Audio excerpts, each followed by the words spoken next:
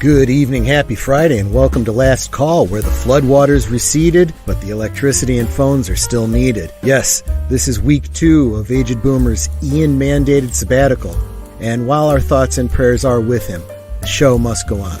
Or shows, plural. More on that later. For now, Netter continues to pull double duty as bouncer and designated driver, so show her all the love. Subscribe to her channel linked in the description, and also subscribe to our special guest behind the bar tonight, Brandon the Anime Guy. We're going to talk about anime, games, and general pop culture items, probably with a focus on anime, but definitely with a focus on Brandon and his channel. So top off your glasses and strap in. Here we go.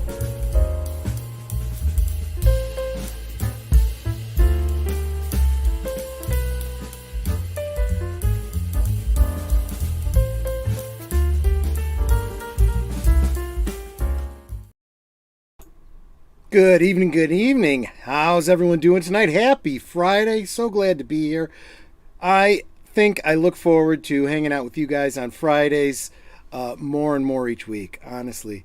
Let's start the night off by getting my beautiful co-host, certainly much better partner in this crime, Netter of Netter's Network. How you doing tonight, Netter? And what are you sipping on?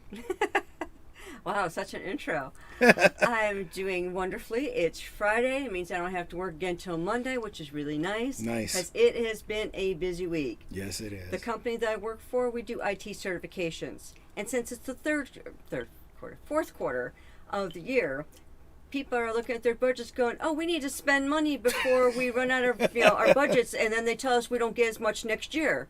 So they're buying exams and review manuals and what have you left and right. And so I've been very, very busy because without me, they can't get their product. Well, it's job security, I guess. What you sipping on? I am sipping on my Diet Dr. Pepper. Diet Dr. Pepper. Yep. As for me, this is not a sponsored spot, but quality is our legacy. Handcrafted, barrel aged. Go ahead, you deserve it. Glenn Gooley, for the best of times.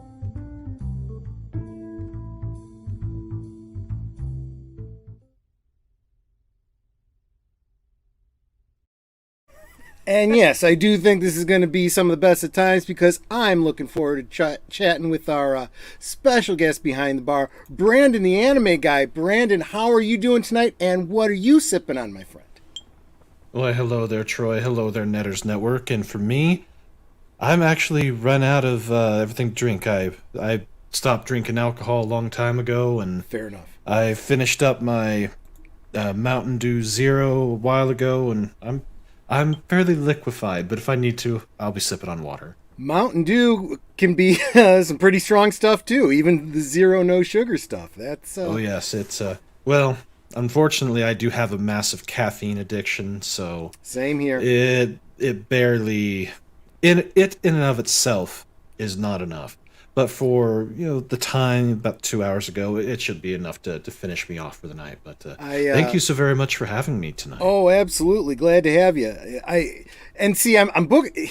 We were together on, were we together on one of Pops' streams? Is that where we met up? I believe it was actually further back, if I remember correctly. Polly, Latino Slant. That must have been it. Yeah. And I schedule shows so far out.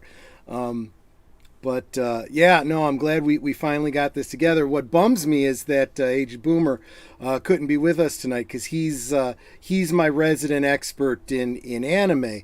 As everybody in the chat knows, Boomer, who lives in Florida, he was right in the path of Ian, and because his job is in the civil area, he was called on to go to a shelter and be floor monitor, for the public, and he's doing his civic duty there. But then he got home after much flooding to find no electricity and no phone lines and no internet, and so last I heard from him was yesterday. He was looking for a place to stay somewhere near there, and I'll keep you all posted.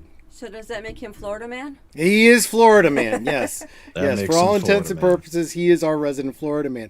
Let me say a real quick hello to everybody in the chat. The first one I'm seeing besides the beautiful Netter of Netters Network, who has an unfair advantage because she knows when the stream goes up, is Pacific 414, a previous guest who must have had a good enough experience. He felt like coming back and saying hi.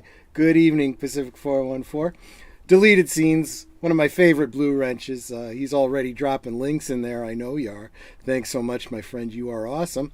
Greetings, everyone, says John DeMarco. Thank you so much for being here, my friend. The Time Prophet. He was actually here 3 weeks ago. And then, he's like, oh, if I want to see the anime guy, I got to jump forward in time. So that was actually 2 minutes ago for him, 3 weeks ago for us. But, Sir Torrin Clegane, how you doing, my friend? Good to see you. I'm going to have to ask you. In fact, let me know in the chat, Sir Torrin. Are you watching this, what's this new show, this House of Dragons? And if you are you enjoying it? Just wondering. Daniel Heron, party time. There you go, my friend. Soundtracks with Birdman. Is it Monday and Wednesday? I think it's Monday you got your Batman show. Wednesday you got a rewatch. I will refer to my notes at the end when I run down what's going on this week. Here's a good-looking guy named Brandon the Anime, who's also in chat. Let's see, who else we got? David Pensek, good to see you, my friend. Hey there, booze hounds! Let the booze flow, yes. Yes, a little Glenn Gooley tonight. Let's see, have I missed anyone? I'm still catching up. Sir Torrin? I did say Sir Torrin, and I think we are caught up. And, of course, Deleted Scenes is dropping the links for all of y'all who have channels in the chat. So if he doesn't recognize your name, you're going to have to say, at Deleted Scenes, hey, could you drop my link for me? Gap After Dark, Hale, good to see you, my friend. Always a pleasure. Always a pleasure. And if you're new around here, hope you hit the thumbs up or even the thumbs down if you don't like what we're doing. If you do that, come back later and drop a little comment and let me know what I was doing wrong. But hope I earn your subscription. I hope everyone in the panel and everyone in the chat gets a subscription from you today because, as PJ of Orville Nation often says, hashtag we grow together. And I'm only 27 away from 200, so I'm trying to make that goal. As soon as I hit 200, I'm going to have a special stream where I actually do a giveaway and give away a gift to one of my watchers just to say thank you. Matthew Flynn, how you doing, my friend? He will be our special guest next week, and he's asking, you going to remember any of this anime after tonight? Referring to, depends on how far into this I drink and... Well, actually, he can just watch this on the rerun. That's true. I can always, rewatch this and get caught up. That's absolutely true. But Time Prophet says, you need to get Latino Slant on here and you can have a hat off. Yeah, we've been on a number of streams together, mostly over on his channel. No, see, he likes coming onto my Yeah, channel. he's been on Netter's channel for... Along with Mikey. It was 2 weeks ago. He was on Netter's for a rewatch of The Book of Life, which was really a great time. But Time Prophet just hit 302. Woo-hoo. I'm in the 480s. I'm on the stretch trying to get to 500 because I want that community tab so that we can keep this conversation going in between. Actually, link down below to my MeWe group if you want to keep the conversation going. But not everyone's over on MeWe, so if you don't want to go to MeWe and you don't want to start an account over there, it costs nothing. But just saying. Hoping to get that community tab here on the YouTubes. But Deleted Scenes. I can't type worth nothing. I know that feeling, my friend. Especially after I've had a couple Glenn Goolies. So let's get on topic. Brandon the Anime Guy. So let me start with a little bit of background here on anime and me and my channel and why it's so important to have you on tonight to talk about anime. See, I think this is something that everybody in our community goes through, okay? Either you're really into anime or you have not a clue about anime. I fall into the latter group. So all of us YouTubers that are in that, sphere of not knowing anything about anime oftentimes find themselves complaining about a lot of modern media, and the really negative trends that we're seeing. And people will come in and say, oh, you should be watching this and you should be watching that. And, you need to get into anime. And I'll be like, I don't really know anime. And if I'm going to start consuming anime, it's going to be a long, slow process because, well, let's face it, that's just who I am. I'm slow. I really am. But been at this for more than 2 years and I haven't hit 500 yet. So that's how slow I am. But let me say real quick hi to another good friend of mine and often co-host, Big Al of Big Al Presents. Hello. Bit late. Have a great stream. We will be on with him tomorrow night as we do a watch party of the 1970-something-ish film Grizzly on his channel. And subscribe to him and check out. He just dropped a review for Marvel's Werewolf by Night, which I didn't even know about until his video dropped. So thanks for that, Big Al. But so people will come to me and say, you need to get into anime, and I'm just not there. So I need to be able to have somebody on my channel who's an anime guru. So if nothing else, I can say, you know what, all y'all that are into anime, this is the guy that you should be following if you're not already. Okay, so at least you can consume the good commentary. I'm the noob. So I'll follow along into. Hey, I just subbed to him. Well, there you go. Well, thank you. And I'm sure we'll get you a couple more tonight at least. But so tell me, I suppose, Brandon, my first question would be, what is your anime story? How did you first come by anime, and how long have you been, a fan of anime? Go. Well, I remember as a kid, back in the 80s, a neighbor friend of mine had a older stepbrother. Mm-hmm. And when I would stay the night at his place, there's certain things that we would always watch or do. We would always play Nintendo, because he had one. We would always watch RoboCop, which I was probably way too young, but it's RoboCop. Yeah. And we would always watch Voltron. He had a cassette tape of Voltron. Nice. Now, unbeknownst to me, I didn't know that was what it was, and years later, I find out that yes, it is. It was. Voltron itself is an amalgamation of two different shows that, when they localized it here, they reworked it, retooled it a bit, and made it its own thing. Back in the 80s and even in the 70s, that was a pretty common practice. Yeah. But it was my first. But it wasn't until I was in the 90s and had cable TV with the Sci-Fi Channel, that's when it happened. Because one year, the Sci-Fi Channel used to have a whole week dedicated to what they called the Festival of Animation. They would show a lot of movies that were originally done in the 80s and in the very early 90s, but had just received either a English dub and a US release. So I got to see all sorts of original stuff like Vampire Hunter D. I got to see Tenchi Muyo in Love. I got to see some of the more obscure ones like Rouge and Z, Lily Cat.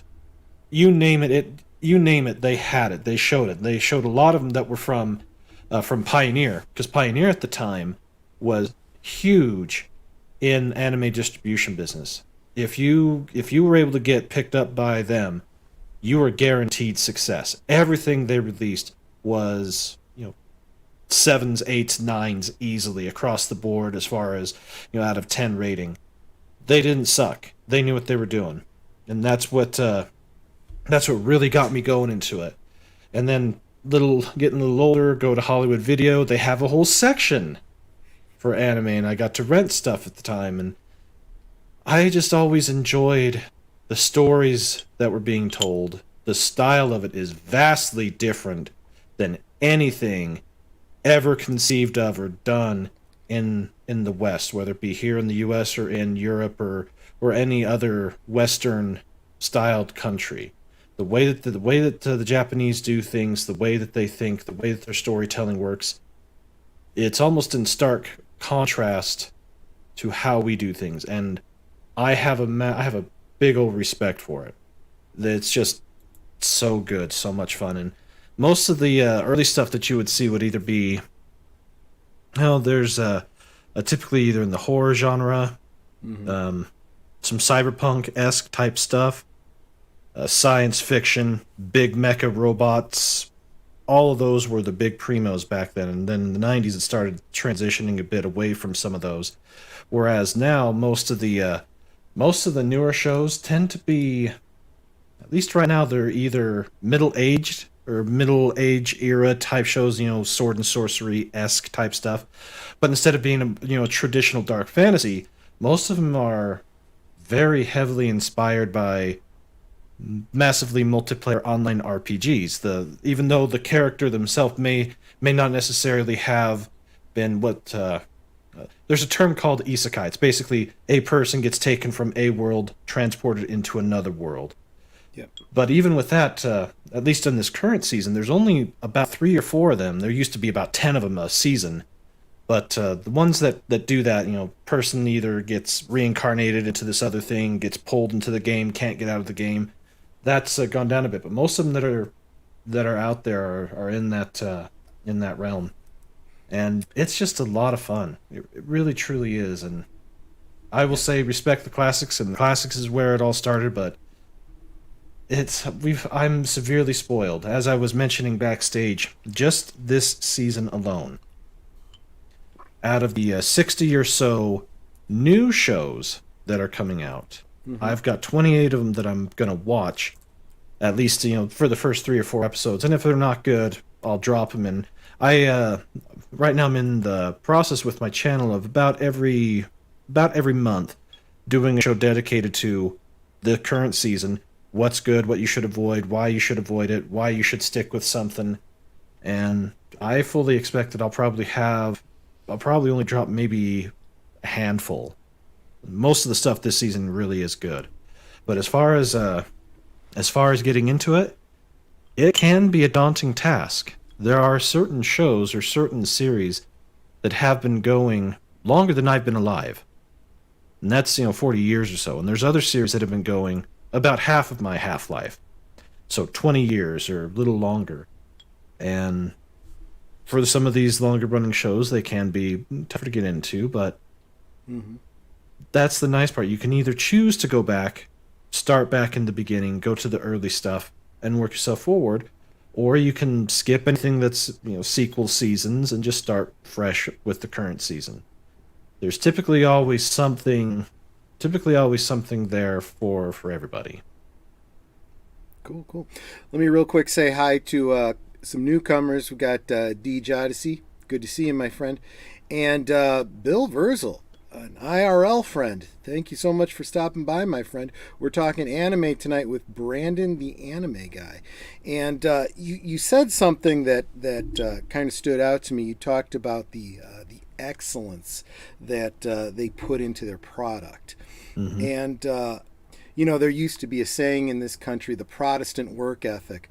But I think in my time growing up, we would look at the Japanese work ethic. Right? Oh yes. Everything the Japanese do, from business to anime to cooking, there's an honor that goes into everything you do reflects on you. So you're going to make it as excellent as possible. Absolutely. And I think when push comes to shove, I think that is the biggest problem with what I'm seeing in the West today and the entertainment industry. Laziness. laziness. I don't feel like anyone really honestly cares. They give lip service to caring.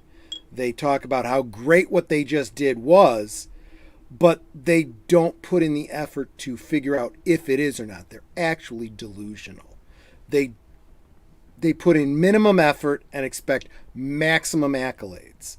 And Absolutely. That's one thing I can totally understand about anime. My history with anime, and I do have one. I'm not completely, bereft.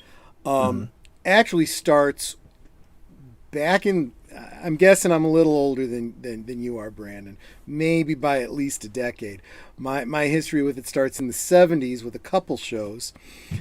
One was here in America. It was called Battle of the Planets. Yes, gotcha, man. I don't know what it was called in Japan, and my understanding is it was a very different anime over in Japan. Yes. And when I found that out, it makes a lot of sense. A lot of the questions that I had as I was watching that show as a kid make a whole lot more sense. I remember I was a little Catholic boy. I went to a parochial Catholic school, with like big biker nuns, teaching and whatnot. The uniforms, the whole thing. And I remember talking with my friends about this show and arguing about whether the main villain character, the Darth Vader-ish type character, was male or female. And we would argue about it. We couldn't decide whether the character was male or female. Come to find out that it was edited specifically in the US so that you wouldn't know that the character as written in Japan was a male crossdresser. I don't know if that's offensive these days, but back then that's what they called them, crossdresser. Yeah. The Japanese. Yes. The way that they do things is that it is different. They're a little more open with, let's say, with certain types of sexuality and or expression of it. Yep. And something like that is not uncommon, even for back then. But the original name of the show is Science Ninja Team Gatchaman. And yes, when you literally show. translate some of these titles, it's like, it's what? Oh, trust me, it gets worse. I've noticed the further along that we go in it, the longer some of these titles get. It has to deal with how much exposition that they can do, what they need to do to get people interested in it, because the actual way the Japanese language is structured, it's a lot like Spanish in certain ways. It's backwards compared to English, and with their language, at least in the written form, there's like 1,000 different characters that make up their alphabet. But instead of them being, the specific one, A is A, something like that, it's symbology. A symbol means a specific thing. So trying to get all that together, sometimes it's just easier just to have the name of the show be the description of the show. One of them from this season is called "I'm the Villainous, so I'm taming the final boss," or "I've somehow gotten stronger when I improved my farm-related skills." It sounds stupid, but it's quite interesting. It's quite hilarious. But as a title, we're kind of used to something that's kind of punchy and short.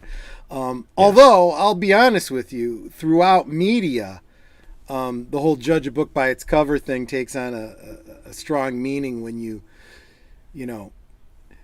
I'm trying to remember the name of a movie, and I'm saying to Netter, that movie that we saw it's the guy with the thing and the dude, and I go into the whole thing, and she's like, oh yeah, what is that? And then she looks up and finds the title, and it seems to have absolutely nothing to do with what we just said. Yeah, exactly. But and usually those types of stories don't, the title doesn't even make sense until the very end of the movie. So Time Prophet is saying Gatchaman was the shorthand name for it. Yeah, the shorthand name for it. That's actually kind of punchy, but it is. I also remember that there was a lot of scenes that they cut out, and in order to fill in the gaps or changed, Yeah, they included a couple robot characters, probably inspired by R2D2 and C3PO, voiced by, as I recall, wasn't it Casey Kasem? Probably. It was either Casey Kasem. Somebody in the chat correct me. I want to say it was Casey Kasem, who would do like a narrative that explained the Gap story, because so often it was so violent. There was the main character, I think he was Jason in the U.S. He had this bird shape, this bird shaped like batarang type of thing that he'd throw, and it would fly around and it would come back and all the villains would be down on the ground. Well, come to find out that in the Japanese version, this thing had razor sharp wings and it would disembowel the bad guys very graphically, and they couldn't show that to kids, here. Sounds like fun. Yeah, it is. It wasn't A lot of Casey. these- Yeah, who did the voice of Seven's Arc 7, Time Prophet? If you could look that up for me, I'd super appreciate it. It wasn't Casey Kasem. Casey Kasem was the voice of Robin in the Justice League, Super Friends. Yeah. Well, yeah. With Anyway. like with Gotcha Man, yeah. There's Ken the Eagle, Joe the Condor, June the Swan, Jinpai the Swallow, and Ryu the Owl. And yeah, it's one of those series. It's a very long running series actually, and yeah, it Was it's one of Alan those Young? foundational I'm ones. sorry, I didn't even realize that. Okay, I was mistaken. And going back to something that was said in the chat, Ghost in the Shell is the original movie is so deep. That's one thing about a lot of these movies, especially when they start diving into existential questions, they get massively deep. And the reason that they do is because the way the Japanese do things is they're very more tuned into the spirituality side of things. They include a lot of the Shintoism and Buddhist traditions within some of these shows, as far as the portrayals of a belief in a god and or honor for for parents and things like that.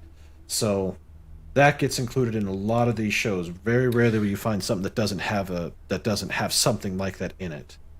So that explains a big part of why I think a lot of people have been referring me to My Hero Academia, probably. Yeah, My Hero Because is just a great story. It just, from what I hear, it's got this heroic sense of honor that we're constantly complaining about as being lost, even in Exactly. even as even though the Marvel cinematic universe started out with its Captain America, it's clearly gone downhill since Endgame, and it's completely lost sight of any idea about what heroism is about, to be Absolutely.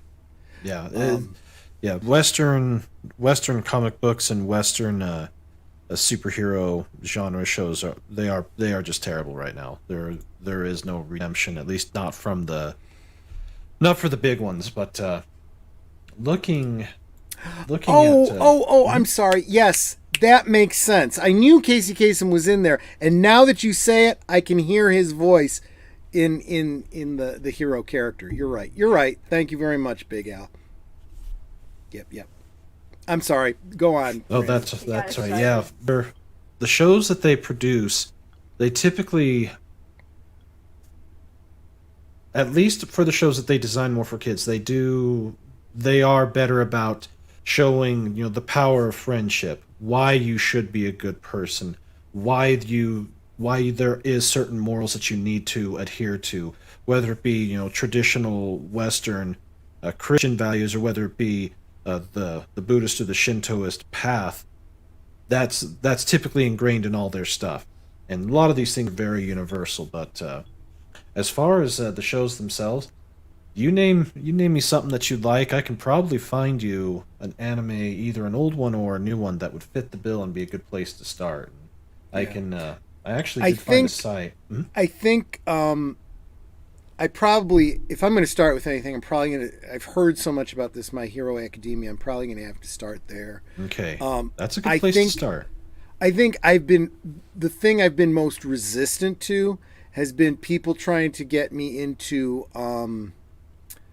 the horror ones. Like, what was the one you mentioned? Something D, Vampire D, or Vampire something? Hunter D. Yeah. Any, I have very purist kind of feelings about vampire stories, and the stuff that I've seen come out of Japan is just kind of different. Yeah, Just- they have a different take on everything revolving around the horror genre, even on some of the Yeah. spin-offs like And when we get into actual, Japanese horror, I'm all for it. But when they do a genre that is paralleling something in the West, I kind of know. What were you going to say, Nutter? Supernatural. I don't know anything about My Hero Academia, but I'm picturing some professor something running around with a cape.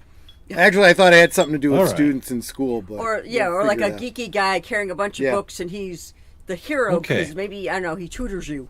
And I do have to get off on a slight tangent because I do see people talking about this, because this is my wheelhouse.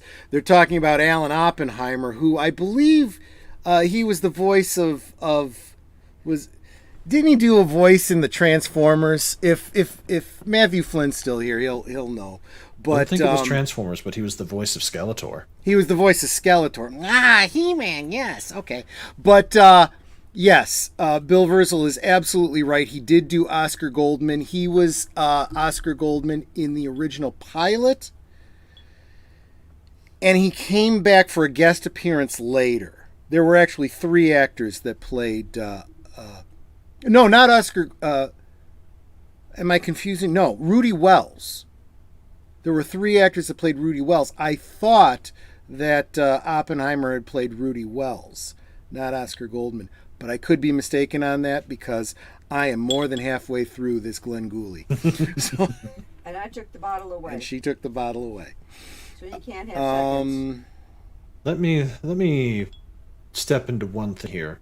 Yeah. A lot of these shows, and a lot of the shows even back, starting back in the 80s and 90s, most of these shows typically revolve around teenagers or kids in school or dealing with school, either at the high school level, sometimes at the college level. Very few of these really revolve around full-fledged adults, and the reason for that is in their culture. Once you get out of middle school, you technically do not have to go to high school. You can, in some places, get a job and actually make the money necessary to sustain you and all that. Most people do go to high school, but with high school you typically have to apply to get in, take tests, and have specialized schools besides just your general studies type school. Then of course college and so forth.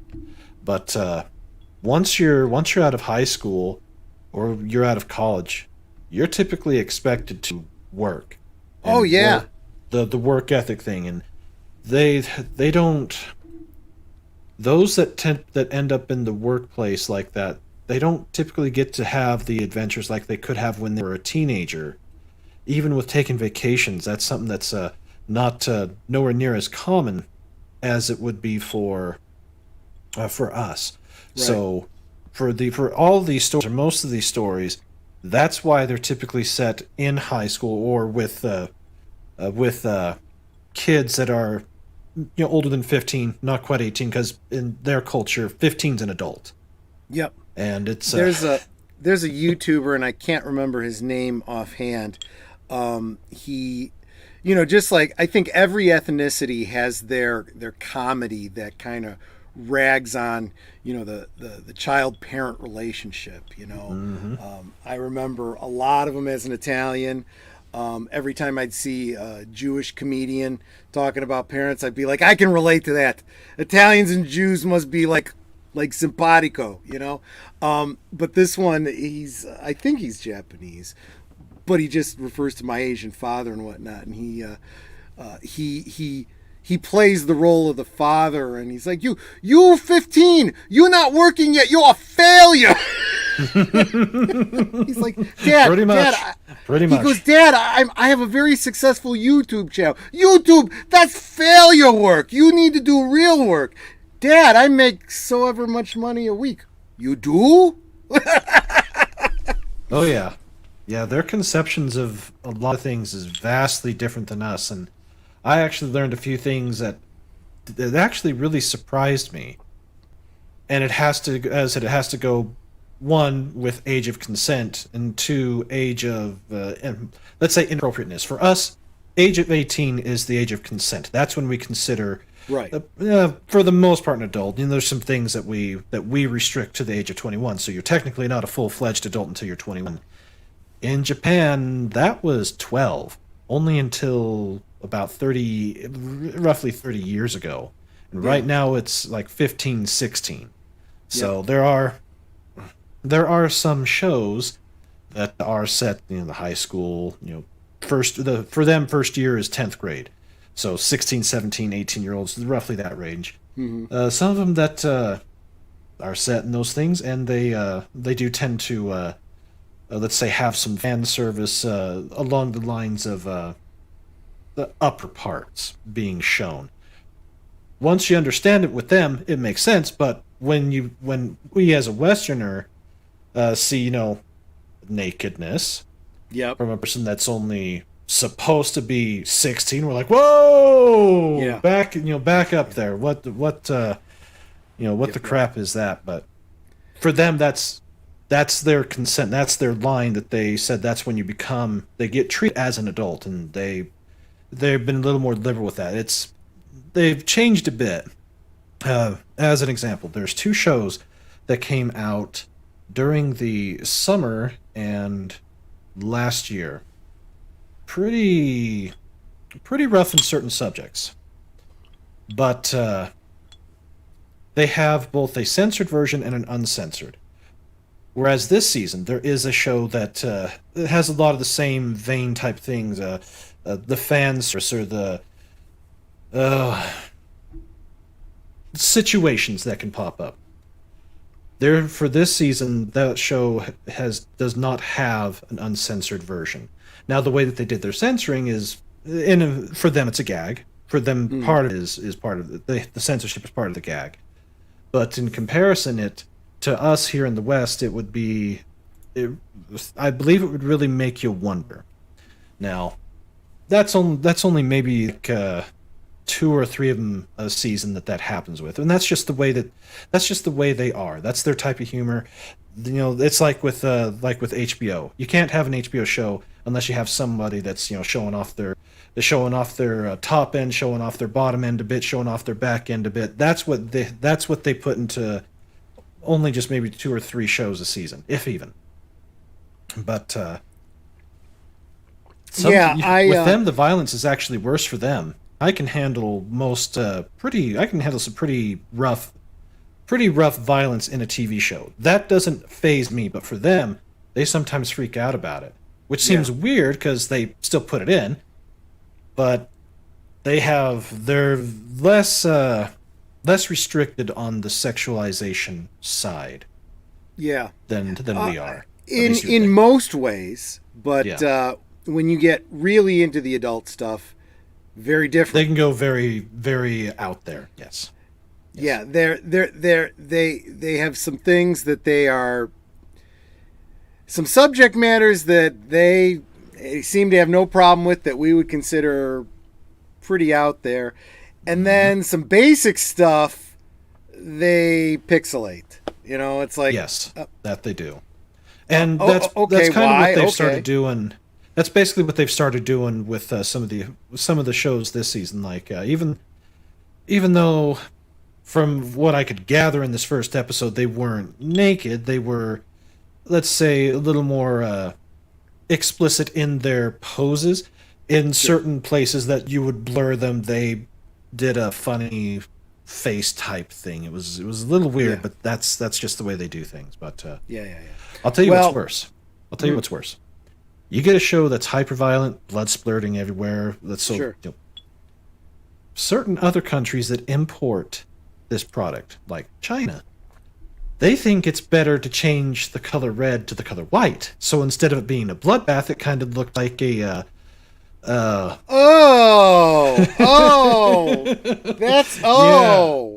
That's weird and wrong. It is weird and wrong. When you see it, it's like, why would you do that? Don't you see that this makes it look worse? Instead of being, a bloodbath, it's a... It's a bukkake, is what it is. Yeah, exactly. I don't get that part of it, but that's China's the main culprit for that. Just wow, I don't. Deleted scenes. I don't know if this is going to come up. Yeah, little green sick face. Exactly, and that is strange. Well, that's interestingly the story about why in Star Trek VI they decided to make Klingon blood Pepto-Bismol pink. They were trying to avoid a ratings shift, and it didn't even work. So they said, screw it, we're not even going to bother. So even on TV, Klingon blood just reverted to red, and they said, whatever, screw it, we don't care. It was part of the eugenics that, they lost our forest. That's what a lot of people have said. They've made that argument that there was a whole lot of genetic manipulation going on in the... We don't talk about that with outsiders. We don't talk about it with outsiders. That's right. But yeah, so one other influence on me, and it wasn't what you'd consider anime. It was live action, but it was a show here in the United States called Battle of the Space Giants, and it was right around the time I was getting into what we now call kaiju. The Godzilla and all that. There was actually a cartoon in the 70s that was a Godzilla cartoon shown here in the States. There was one that was Godzilla, and there was one that was King Kong. They both had cartoons, real big in the 70s. Yeah, they love their kaijus. Yeah, and so for me, Battle of the Planets was...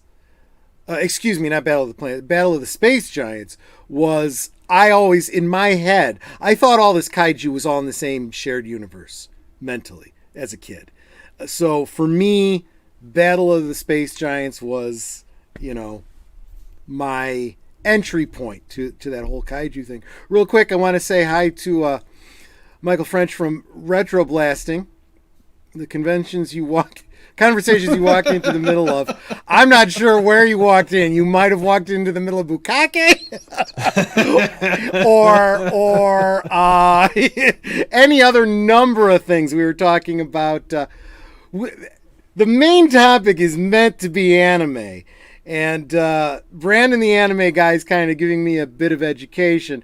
But we kind of got on a sidetrack about what's acceptable in Japan, what's not, and how different it is from the U.S. And it's a very China illuminating conversation here. Yeah. Come into the middle. Yeah, you never know where you're gonna what the on ramp is on my channel, my friend. But good to see you. And I gotta say, I do have some toy videos coming up this month. I've actually got to get a bunch of toy videos done before like Thanksgiving, because they are all Star Wars holiday special related, and you might get a kick out of that. Don't know. But this is interesting. Familiar with the seedier side of anime, but it's still funny to walk into a conversation in the middle. Yeah, without context, you might have to back up and see what that's all about. And I know that Steven Ransom knows a thing or two about anime just based on his profile pic here. Oh yes, Ash the Stampede. To my stream need a chill space. No, I'm glad to have you here, Steven Ransom. Hopefully you can come back and hear the whole thing as we talk more anime. This is about the most anime you're going to get on my channel is tonight. So yeah, that was Battle of the Planets, Battle of the Space Giants, and one other, and that's Speed Racer. Yep. Speed Racer was probably the big one for me, and I was just the right age for it, because looking back on it, it's every episode was kind of the same. It followed a formula, and that's okay when you're of a certain age, to get the same thing over and over again with just slight differences. But I loved that. The thing that I found kind of confusing about it, and I kind of understood it with the kaiju live actions that I watched, was the concept of dubbing, right? So in live action dubbing, you don't expect the lips to match the words. It's a quirk of dubbing. but I felt like the lips and the words didn't match up in Speed Racer either. And I'm like, well, why would that be? They're cartoons. That doesn't make sense. I kind of understand it I now. couldn't understand the relationships that were going on there. The girl, what's her name? Tracy? Trixie. Trixie. Was that his sister, his girlfriend, what? And who did the kid and the monkey belong to? My understanding, and correct me, everybody, correct me if I'm wrong. I got the impression that Pops, Racer X, Speed, and Spritle were related. Trixie was not. And of course, Chim Chim was a pet. Am I correct on that? That Pops was Spritle, Speed, and Racer X's father. I thought it was their grandfather. So it was 3 brothers and a girlfriend, I thought. I might be wrong. I could be completely misreading it. Or it could be that's how it was in the American version, and it was something completely different in the States. I mean, in Japan. Yeah, like I said, I never understood the relationships. It's like, how are these people related? It's like, are they just friends? Are they related? What's the relationship there? I believe hentai is going to be a completely different conversation, but we'll see how the night goes. But anyway, so Racer Family includes the kid and the ape. Trixie was Cool Beans. Yeah. I figured that Speed and Trixie were an item. They weren't brother and sister. That would be very, Luke and Leia-ish. That'd be weird, Just no, not cool. Anyway, so that was the 70s for me. And honestly, there wasn't. Was there anything in the 80s? I didn't really get into Voltron, although I was aware of it. My brother kind of got some of the toys. But I wasn't super into it. In fact, I've had more experience with Voltron toys watching retro blasting. That's a blast. I see some of these toys and I'm like, my gosh, where toys have come these days. And we were talking about the excellence of Japanese workmanship. I see it in the toys, Oh, yeah. I mean, I understand why they have to charge what they do because the craftsmanship is valuable, But Troy earns his merit badge. I'm not entirely certain what that relates to, but thank you, my friend. And Big Al Presents brings up Robotech. Were you into Robotech at all? And I also know that Robotech, is another one of those things that's very different here in the U.S. than the original version. I love Robotech, even though Macross or the base that it's from is better in the original Japanese. The Robotech series that was put together for us still was really good.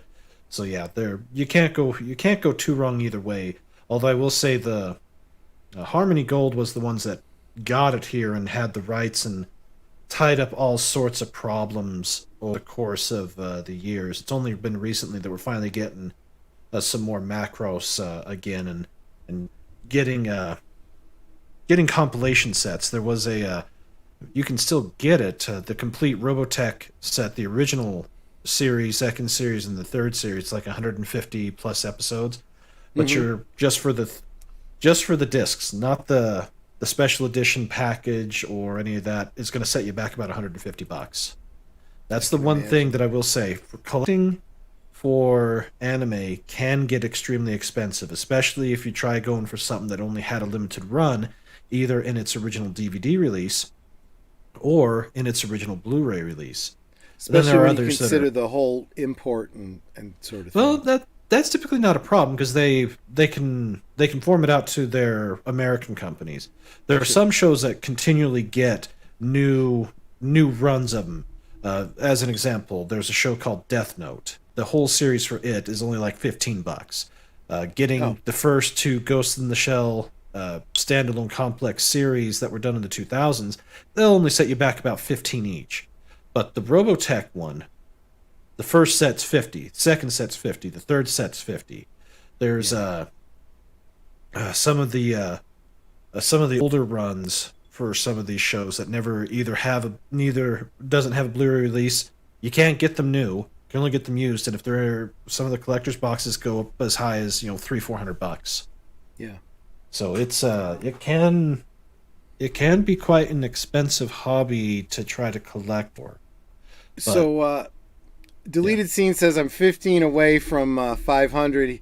Help him reach his goal tonight. Problem is that I only see like 11 people watching, and I think almost all of them are already subscribed. So Yeah. Who is it? I don't. Time Prophet said I can't help him. I'm already subscribed. Yeah, exactly. Yeah. I know most everyone here is. And Matt Anui says, "Here's mention of hentai. I don't have the money, but if I could, I'd pay you $1 million not to go there." Don't worry, Matt Anui. I that's not it's not an interest I have. Animated prawn is not my not my tea bag. Just well, it's funny because hentai actually translates it. The direct translation's pervert, yes. as opposed Okay. to Well, then as opposed to the. I won't be actually watching it. ends up I being. am one. Okay. Face But, up. yeah, Well, no, there's- I mean, what was it? Somebody was telling me what the translation of bukkake was, and it's not what we assume it is. It's I actually don't remember what it was, but it's a descriptive word that is used in regular language. It doesn't just specifically mean that one particular area of. To splash adult with liquid. Is that what it is? There you go. Yeah, You know, and so that's the biggest problem with the Japanese language. It's dependent upon who you're saying it to or who's being said. It's all about male or context. female. There's the differentiators there, and yeah, there's a reason why Japanese is very hard to learn, and that's why, besides the characters. But if you have it all, even if you don't do the script, if you have the romanized version or the spelled out, English worded spelling out of there of some of their words, it's still very difficult yeah. to figure out. Time Prophet says he'll send me £5 not to go there. Yeah. I wouldn't take your money because I've already said I have no interest anyway. But No hentai. I sure, would but, love to get my hands on some modern British currency, just because I think it's cool. But it would be worth more to me than £5 sterling. Yeah. But and that's just me personally. But let me answer a question that Stephen Ransom put in there. Ghost in the Shell or Akira, both of those are seminal films that are based upon a complete manga work, or manga Right. basically. Think of them as the Japanese version of comic books or yeah. graphic novels. Both of them are very influential.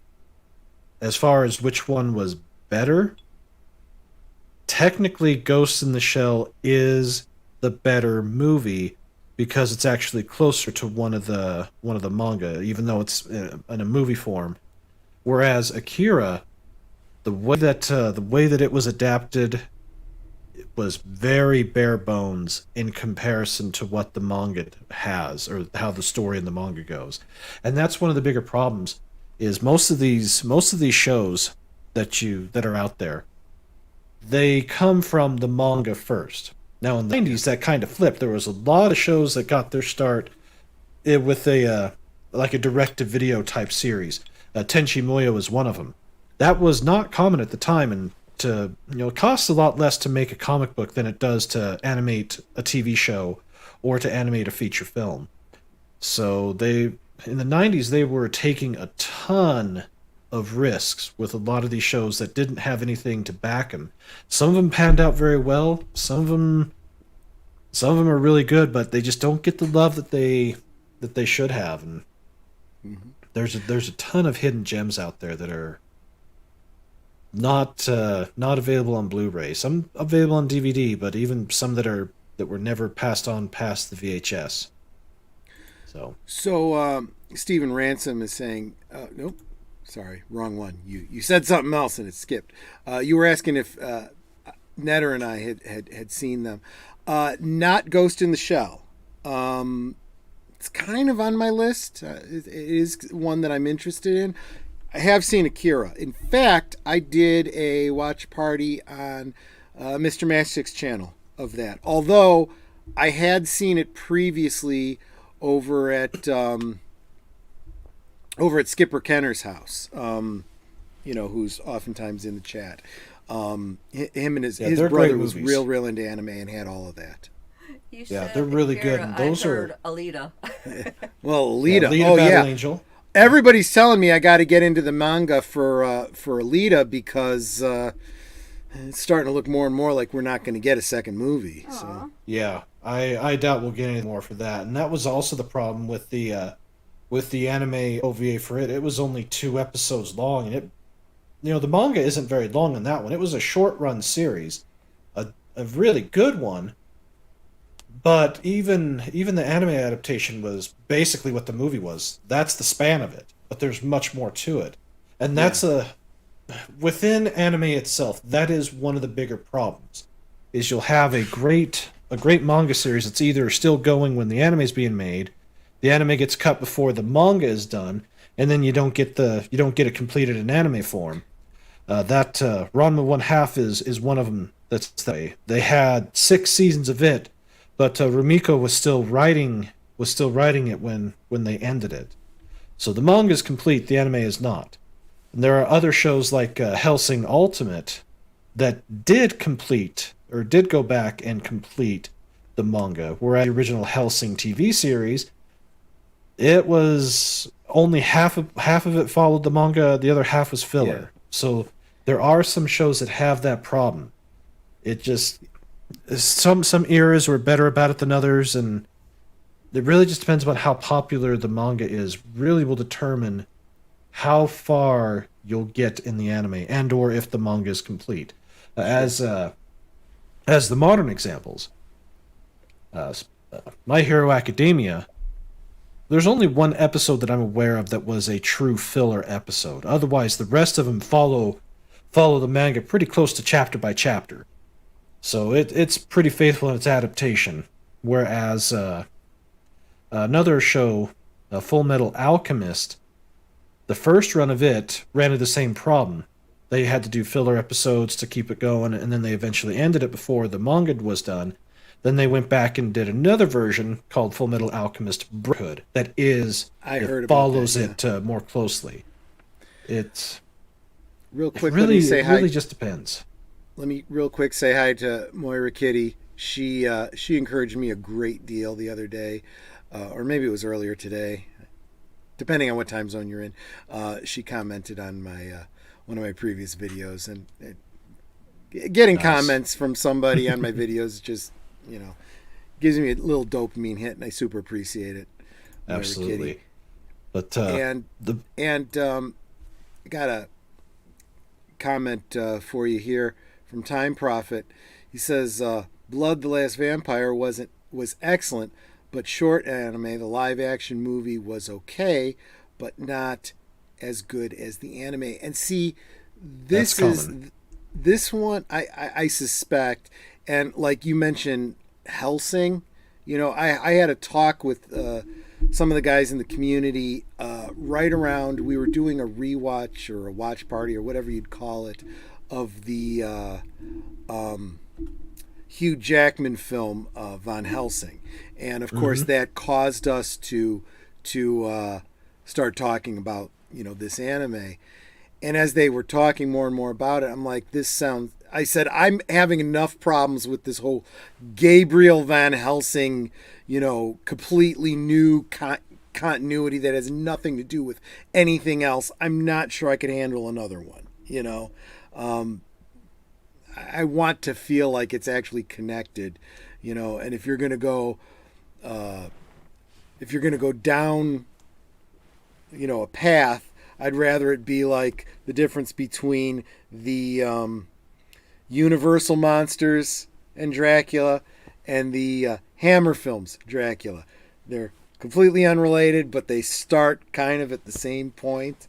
I never really felt like Helsing or, Hugh Jackman's Von Helsing really did, that's just my take on it, though. Yeah, it's Helsing. The story of Helsing is a very, very interesting take upon the Dracula character, because he's not presenting himself as that. He goes by the name of Alucard, which Dracula backwards, but he actually works for the Helsing organization, who is the protector of Great Britain from basically all things occult related, ghouls and other vampires and things like that. It really is a great series. The manga for it is fantastic, and the completed Helsing Ultimate, 10 episodes, 45 to 55 minutes each, perfect. And I use a lot of clips from the abridged version of it, which is a parody of the show, but it follows the show. It just takes certain comedic aspects of it and takes it to wild and crazy extremes. But it's one of my favorites, and it's what I've based my avatar around. So, Yep. yeah. So I just because it's not my my cup of meat, so to speak, doesn't mean I look down on it or anything. It's just that's not going to be my inroad into anime, at least those kinds of things. I could see getting into other horror anime if it's based on something unique to Japan or whatever. I could totally probably get behind that. There's a lot of there's actually not as much of that in anime form as you would think. At least none that I've seen. Most of the stuff that they do is either in the psychological aspect of things. That seems to be, if they go with twisting and turning for all that, it's in the psychological By that you mean realm. like Death Note or something? Death Note, Monster, Serial Experiment Lane. They know how to do that very well. They don't really do a whole ton like with the traditional monster movies. But it's not something that sticks out in my mind as much. Other than Helsing Ultimate, technically, Dracula, Alucard is the monster. I do feel like, and see, this is another thing I kind of got from what I saw of like Helsing and Vampire. What is it, Vampire D or whatever? My Vampire impression of them without having actually seen them was they're less like our conception of horror films or monster films, and they kind of ride the line of almost becoming like superhero anti-hero type stories. In a lot of respects, that is pretty close. Yeah. Pretty close to how it typically goes. But Stephen Ransom does make a good point here. As far as a modern classic that does have horror aspects, martial arts aspects, set in the 20s, so the time, the transition for Japan, for the very rural type culture to, Tokyo being a city with cars and electricity and all that. Demon Slayer is it, and it really is a good one. I have heard some things about Demon Slayer. It does sound that one has been. It's one of the best-selling ones over the past 10 years, and a lot of there's teas that will easily sell a million copies of a specific volume, no problem. Mm-hmm. But to get several to be consistently on the top 10 chapter after chapter, either in the weekly comic books, the monthly comic book compilations, and or selling what's called a tankobon volume, basically your graphic novel with like maybe a year's worth of content in it or more. Yeah, just in Japan itself, Demon Slayer I think is like 20 plus million sold over the course of its lifetime, if not more. And then of course it and My Hero Academia are typically on the top of the sales charts here in the States. For any type of graphic novel right now, 19 out of 20 are going to be manga. Maybe a Batman compilation might make it, but it's pretty rare. So I wanted to go back to one thing that you were saying about adapting manga to anime, and I've heard this on a number of different titles. You even mentioned it. The fact that if you have an ongoing manga and the anime catches up to it, it may surpass it. And for the Western audience, they basically pull a Game of Thrones, right? Yes. Where they pass up the source material and they gotta wing it, and so they could go down a very different path. And maybe a little bit later, someone else does a different adaptation that follows more of the anime. So you get these branching stories. And so that's a common thing with anime. And It can be.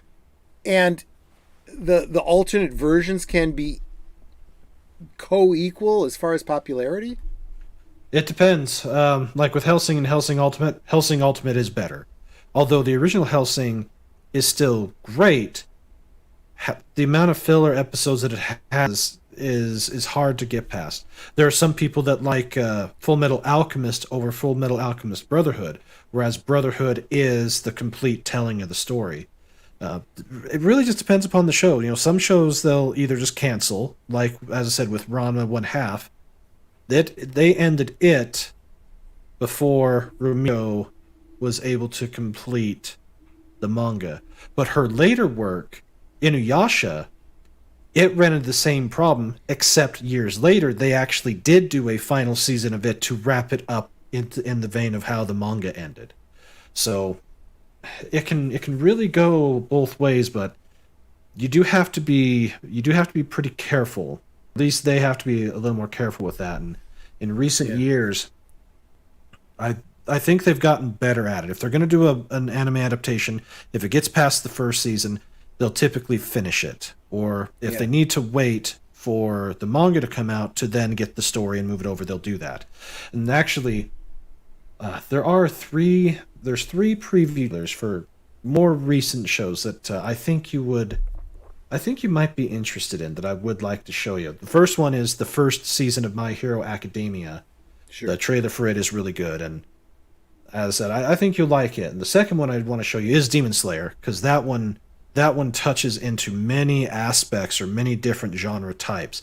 But primarily it's what's shonen type of story, or it's a story for young men, so 15 up to maybe 20, 25. And then the last one is actually just starting this season, and the manga has been on fire.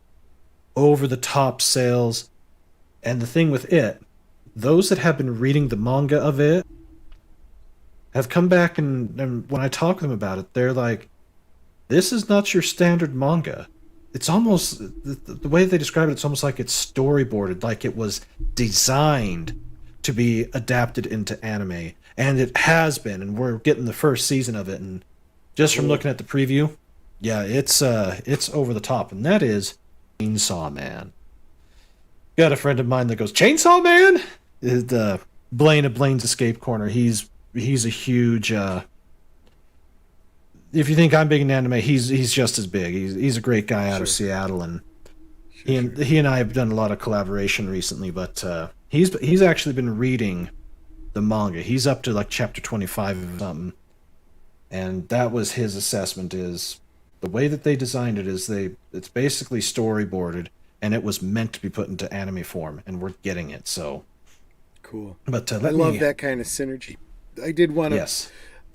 This isn't where he intended me to go with this, but Stephen Ransom says he's 55, so we've definitely chewed some of the same ground, temporally speaking. He's got a couple of years on me, but he says if you dig samurai action, you'll love it.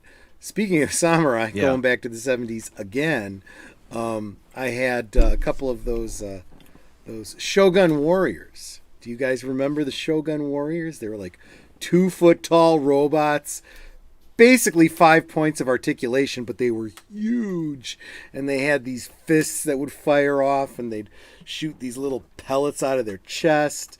And I had the Godzilla that was in that line, who was surprisingly a little shorter than those robots. But Yeah, there's quite a bit that quite a few cool toys that they've done over the years and then shows. Matthew the Flynn toys. said, "Wait, are you talking about the Van Helsing rewatch you did with me and Wolf and Boomer?" Well, the rewatch of Van Helsing that I started to do with you and Wolfie and Boomer, and was so drunk by the time we started that I don't think I got more than half an hour into it, and I had to bail because I was going to be sick. No, that was the one I was forced to watch in your stead because you weren't feeling well. Did you watch it with them? You weren't drunk. I don't even remember that Sweetie, one. you weren't. No, that was Phantom of the Paradise, sweetie. Oh, was it? Yeah.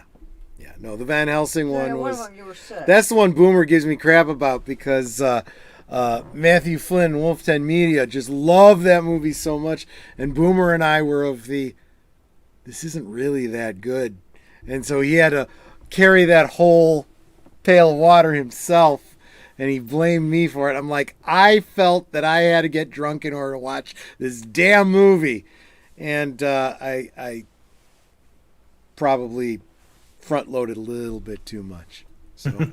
So I don't even remember that stream, to be honest with you guys. So yeah, that's the one I'm talking about. Right, well, yeah, and Stephen Ransom knows exactly what I'm talking about. Great toy. They do.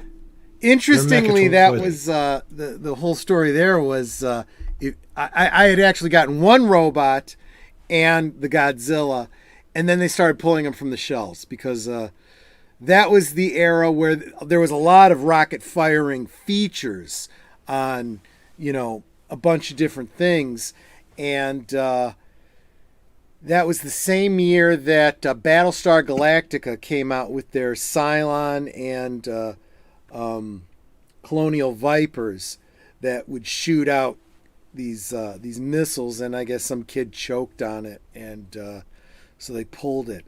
And my mother was like, if you're dumb enough to let your kid have something that fires unsupervised, and if your kid is dumb enough to put it in his mouth, that's just Darwin waiting to happen. Yeah, so one kid spoiled for everybody else. Pretty much. Which is also, of course, why we didn't get a rocket-firing Boba Fett until the late 90s. Then I had to get it for him. Which you did, and I've gotten almost every version of it since. Because, damn it, I'm an adult, and I can have what I want. We have a 6-foot Millennium Falcon sitting in our garage. Yes, we do. Because he wanted one. We have a Millennium Falcon Extraordinaire because my wife is my enabler. Okay, so you're going to share something with us. Here we go. This is the Chainsaw Man official trailer, and this actually is going to be available on Crunchyroll about 12 hours, only like an hour or two after it airs in Japan. So here's the preview for it. But yeah, we start off typical Japanese everyday life. Everything looks good, some delicious food, and eating with chopsticks in case they're actually using utensils. Most everything they do is typically with chopsticks. Is that like chocolate, peanut butter, and raspberry on a piece of bread? Kind of looks like it, doesn't it? I have no idea. If it is, that's probably a cool combination. Yeah, that does sound pretty good, doesn't it?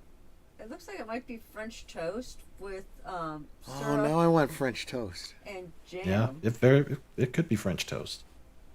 Could be, but it's not. The studio that's doing this is one of their bigger projects that they've done, so they know they can't mess it up. Chainsaw Man. Okay. Yep, that's Chainsaw Man. Now, is this a film or a series? It's a series. Most everything these days gets done into a series. Well, let me think here. My Hero Academia, it's on its 6th season. They have 3 full-length movies, and 2 of them were released here in the States and did very well. And of course, they always do very well in Japan. And then they also have a 2 episodes, or what's the OVA, or direct to home, the old direct to VHS, direct to DVD. The thing is, in comparison, when they do it, it doesn't suck. Whereas when we did it, they were typically, your C tier, D tier. Why did this get made? Oh, that's right, it's a cash grab, and they're not using any of the original actors because they couldn't afford to do it type stuff. Yeah. So they're typically with the show, if they do decide to go all out, you'll normally get their TV series, and currently most of them run 12, 13 episodes a season. A few of them will still do the more traditional 20, 24. You'll typically get a movie, maybe two, and then either one-off OVAs or one-off OVA series. That's typically where they've been going more recently.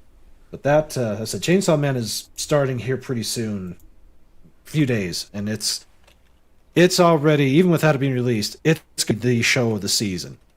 And there are other shows, there's like 5 or 6 of them that are either new or coming back that are just over the top. But that's one of them. And actually, to show a different side of anime, I do want to show you another show that's also new this year. It's on the second half of its first season, and it's called Spy Family. The name is kind of deceiving, but it's. I was going to say, it makes me think of Spy Kids with Danny Trejo and not Antonio Banderas and whatnot. Let me see if I can find a preview for it. This one I've got to be a little more careful with. Some of these, most of the time with a lot of the previews, they don't, the copyright holders don't have a problem. But every once in a while, you'll get one that if you show a clip from the actual show in a 30-second form, they'll freak out. This is one of them. Okay. So let me find the trailer, because we'll be okay with it. Let me see if I can find the trailer dubbed, so it's a little easier to understand here. Sure. But there we go. And so the Chainsaw Man and this Spy Family, these are current ones, right? Yes. Yeah, their manga is only maybe just a few years old. Spy Family has been extremely popular. We're talking 2019. It's only like 30 or so chapters in, and it sold 20 million plus copies. It's extremely popular. So when they announced that they were doing the anime for it, the first half of the season came out in spring, and it was great. It really was great. I really dig it. I really like it. So I think, let's see, all of these previews that I'm finding, they're all, yeah, I can't find a dub preview. So we'll get this one shared with you. Because this basically sets the groundwork for the whole story. And the other thing, a lot of these shows that do really strike gold are not set in Japan. This is actually set in a fictionalized, almost in a certain way romanticized version of East Germany and West Germany. Mm-hmm. Now, here it is. So, whenever you're ready, I've got it ready to go. Okay. So this is the official trailer for Spy Family. 人は皆誰にも見せぬ自分を持っている友人にも Yeah, 12.5 million copies already in print. So this is one of the things that I think I mentioned this, or I observed and voiced it to Aged Boomer. It's that one thing I've noticed, and people have actually said this too, this idea of manga equaling comics and anime versus cartoons, Mm-hmm. That's not necessarily the best analogy. In reality, it's just another medium to tell a story, and sometimes they're very, very adult stories. They're just done in animation absolutely. Rather than trying to do something with live action and special effects and stunt work and all that kind of stuff. Yeah, were you able to hear that? Because Steven said there was no sound. Okay. No, he said that initially. He said no sound, of course. I think he was trying to say maybe not play the sound because he was concerned that we'd get struck or whatever. We'll be okay. With this one, we'll be okay. He's breaking it up and doing commentary, and hopefully, the YouTube overlords will understand that this is clearly commentary. Yeah, exactly. 恋人にも家族にさえも And both of these are available in the States? Yeah, both of these are going to be on. This one's on Crunchyroll, Chainsaw Man's on Crunchyroll. My Hero Academia is on Crunchyroll. Crunchyroll is the 800-pound gorilla. They were bought by Sony, and then they in turn bought Funimation, and that's pretty much about 75% of the total market right now. The only other player in the streaming is High Dive. We'll say this about High Dive: the shows they are getting, top quality stuff. Plus, they're inexpensive to get. So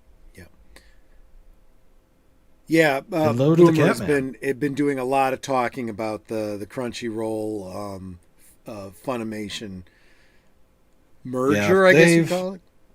Yeah, Crunchyroll and Funimation, they've had scandals and problems. From what I've been told, I didn't really know much about Crunchyroll, but I guess when they got started about 15 years ago or so, they were a pirate site. They were the Jack Sparrows of the animes. Yeah. And then they went legit and kind of were there. Their streaming site has been behind in some ways. It's getting better, but since Sony bought them, as they've become the 800-pound gorilla. So most stuff typically ends up there. It's done by Sentai Works or by studios that have a closer affiliation with Sentai. Sentai is the one that started High Dive, and High Dive was actually recently purchased by the AMC TV group. So, yeah. Yeah. But they're only $5 a month, and Crunchyroll is only $7. And if you really don't want to pay them, we don't, but there are ways to watch this. Well, and see, I've had this conversation with Matthew Flynn, among others, about British entertainment that I enjoy that simply isn't available here in the United States. For example, Blake 7. You have no choice but to go to YouTube, someone that might be, hosting episodes of it, or the High Seas. I've had to make my own DVDs of Blake 7 because there's never been an American release of it. And it's like, look, just release it here and I'll buy it, Yeah, licensing is a royal pain. Yeah. But in this case, with BBC, it's not so much a licensing problem so much as it is they don't realize what an interest there is over here. Doctor Who, oh sure, they know that. Blake 7, they don't think Americans know anything about that. Red Dwarf. Red Dwarf has done really well over here too. Anyway, just drawing an analogy. Go ahead. Let's continue the preview here. Yeah.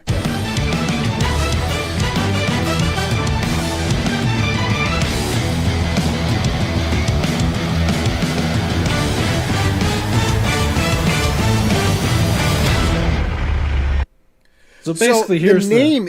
I'm sorry, go ahead. Well, here's the base of this story. Lloyd Forger, not his real name. He's a spy for the country of Westalis.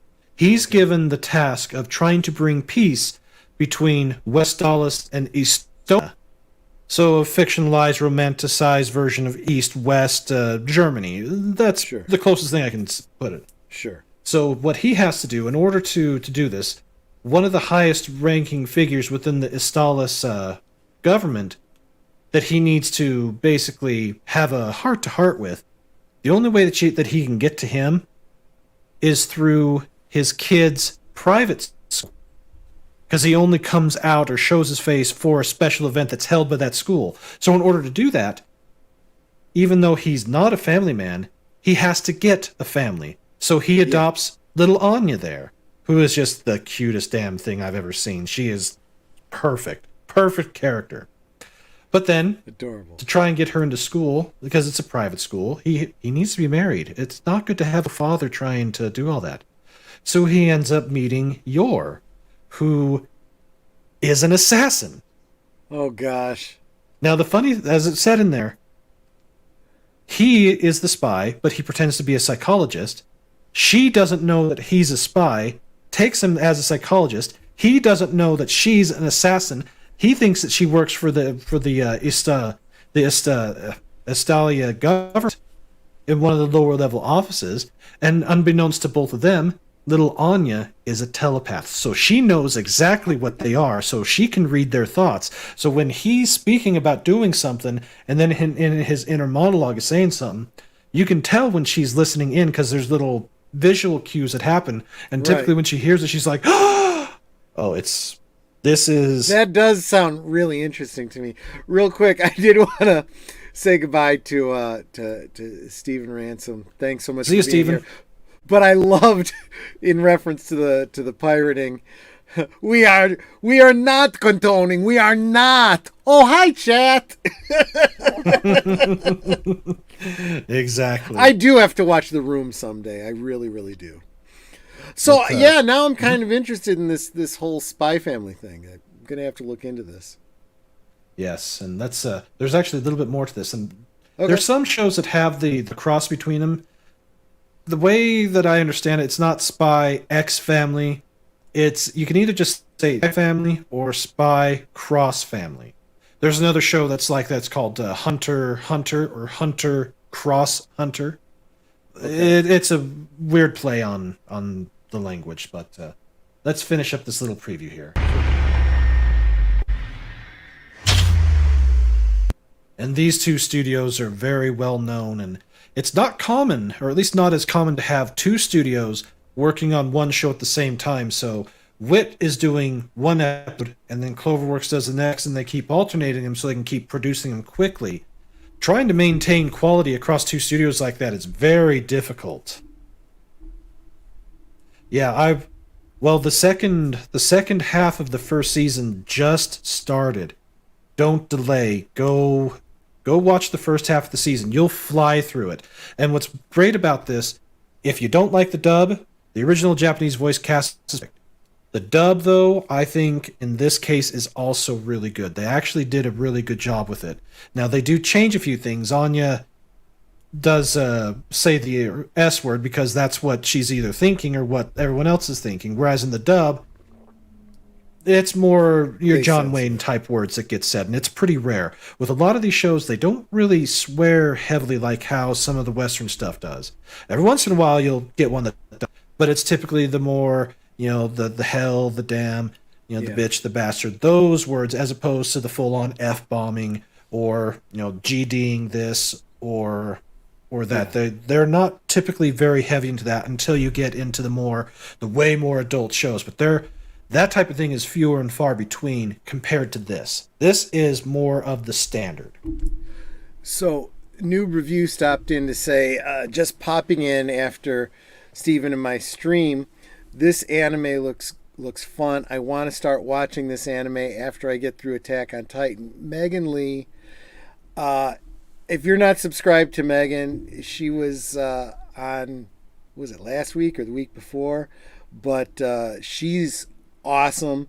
I don't know how she consumes all that she's consuming. She is making up for lost time with comics and all sorts of stuff.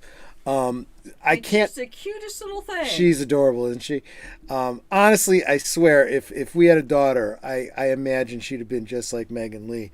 But she's just getting into regular comics, let alone trying to do anime at the same time. Girl, I guess you got youth on your side, so maybe that's what it is. I'm just getting the anime backstory here. Actually, I've had a lot of people trying to sell me on the anime, Brandon. I think you're doing the best truncated summation to make it bite-sized. Well, that's what I do on my channel, specifically my Saturday shows.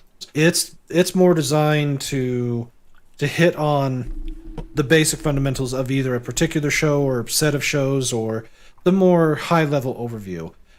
On my weekday stuff, I might go a little further into detail, but that's the idea of it, is to get the high-level view, get you in the right direction, and then to send you on your way and have you enjoy it. But sure, got exactly. A little bit more of the preview here. Let me show you this real quick. ダメだ。Oh, 理解できん。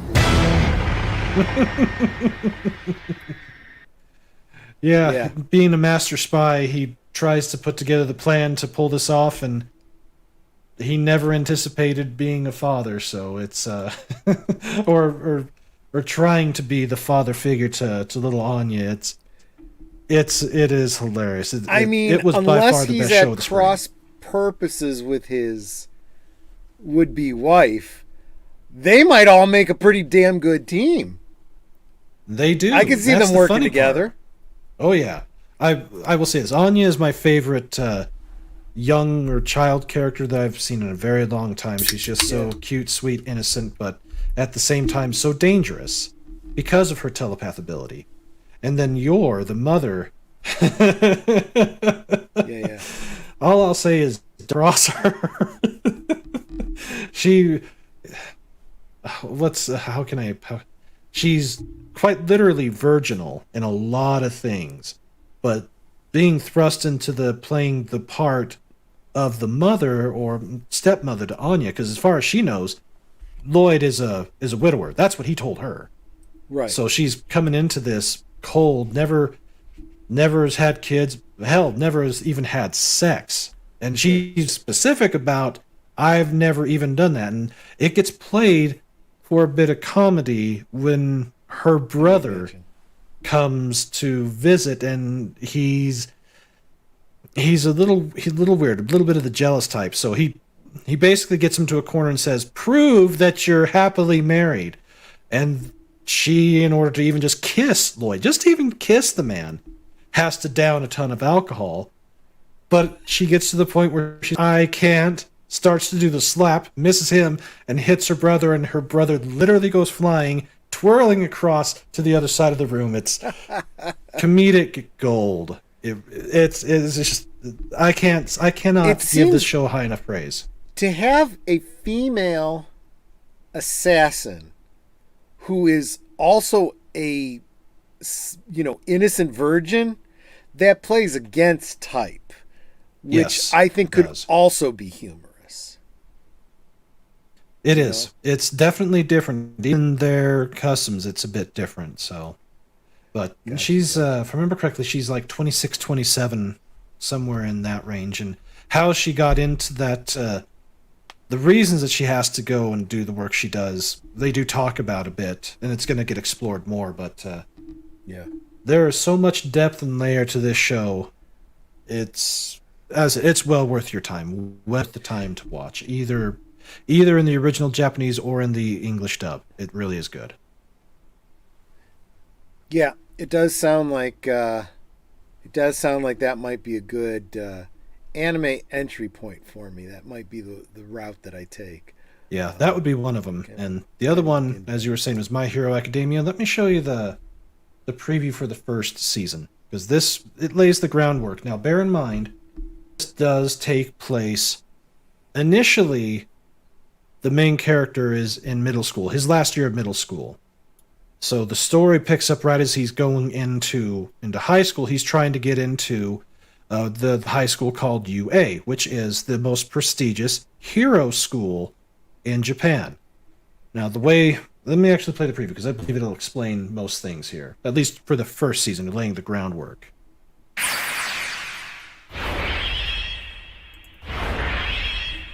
You're making him cry, Kotchan! Here's the sad truth. If you keep on hurting him, All men are not created equal. I'll stop you myself!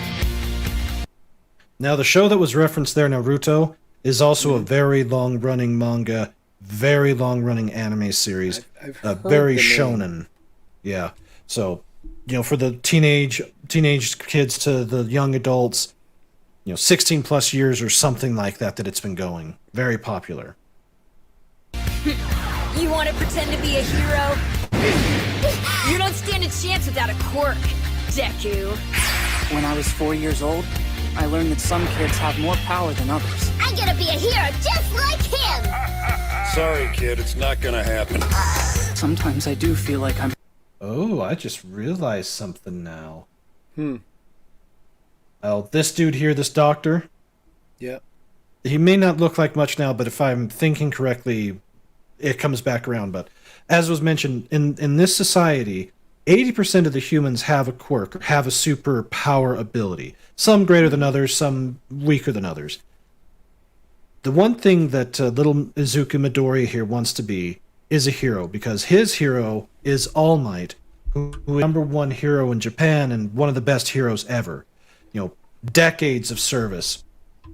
And he gets crushed when he's told by the doc that he does not have a quirk. Yeah. So how, as the 20%, the minority, how do you go about life within this society not being able to do what he really wants to do? Yeah. And that's the starting point. But as the preview trailer will show, is things... A failure. Like there's no hope for me. Someone's gotta teach that worthless nerd how the world really works. But even so, I'm not gonna give up. You're even worse than the rest of these damn rejects, you quirkless wannabe! Is it possible to become a hero even if I don't have a quirk? Opportunity. A chance to shine. To show what you're really made of. There are... So he's supposed to be quirkless, but there's a change that happens, and the voice you're hearing is actually the voice of the hero that he was holding. Don't know if they... It's been a while since I've seen this preview, so I don't remember if they show him, but let's continue this on here. There are stories about every hero. I didn't think he had that kind of strength. Maybe he was trying to trick all of us. How they became great. They're all missing the point. Don't they see what he did? Most have one thing in common. Stop! You're gonna get yourself killed! What do I do? Take this! Back then, the thing I wanted... So yeah, he has something deep within himself that a lot of the pro heroes, they get, but they're not born with it. Whereas Midoriya is born with it, and that's, as All Might puts it, the innate ability or response in his psyche to run towards danger without thinking, without regard for himself. Selflessness aspect of being a hero. He has that throughout his core, even though, as I said, he starts off quirkless, but he doesn't stay quirkless. Gotcha. You just say. I'm sorry, Izuku. I wish things were different. That's one thing about him. He does cry a ton. It's an over-the-top trope. The get waterworks that, turn on. But it's a visual medium, and you have to be able to convey what is really going on inside. That pros and they would do that. probably do a better job of. Yeah. The words I needed to hear. It's him. Young man, Amazing! you too can become a hero. Dreams can become reality.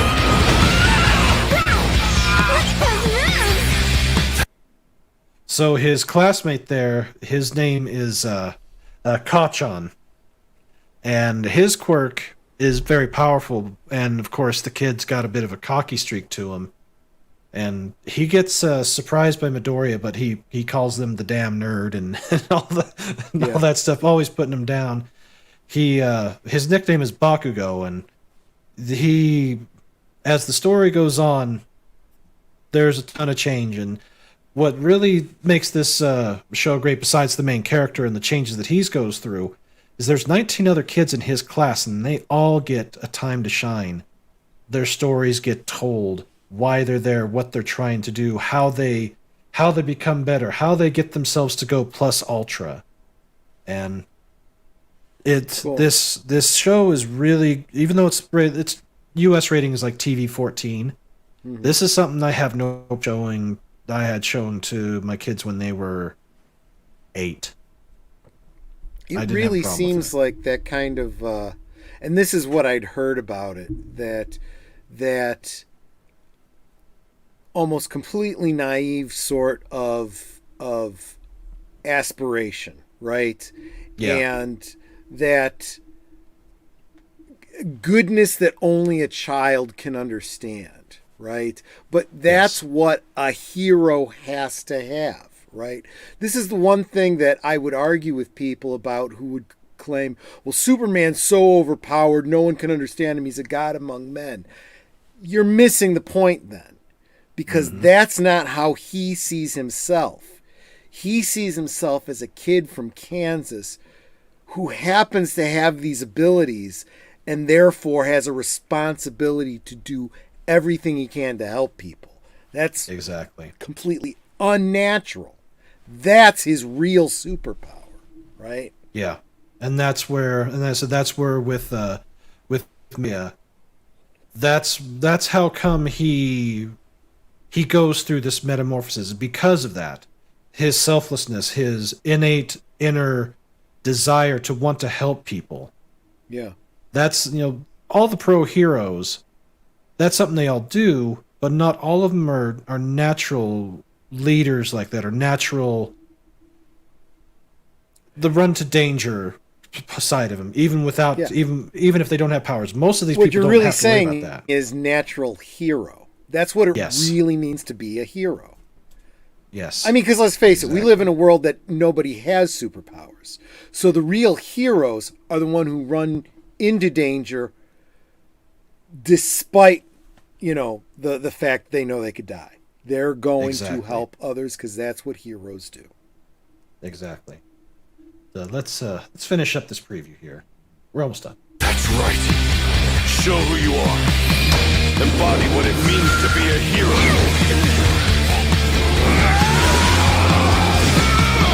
Oh, by the way, I forgot to mention that this is the story of how I became the world's greatest hero. Okay. And that's what's great about the story is he's already accomplished it, so this is him retelling how he got there. But yeah, this is one of those great shows. It's on Blu-ray. It's also one that they typically will break up into 2 parts, and when you buy them separately, you're going to be about $60 a season. So it's not a cheap one to get, but it is well worth it. Well, I was just going to say, but I'm a big one on if it's worth having, it's worth having physical media, so you can always have it and they can't take it away from you. This first season's only 12, 13 episodes long. Mm-hmm. It's a single buy, but every other one since then is 26 episodes. So wow, well worth it. And typically they do release them here in the States after they finish the dubbing, and they typically do the first half first and then the second half a few months later. Is this one of those ones that you feel is a good dub?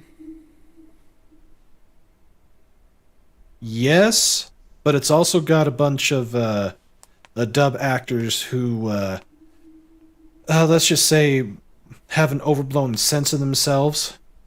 Okay. Oh yay! And that was one of the big problems with Funimation.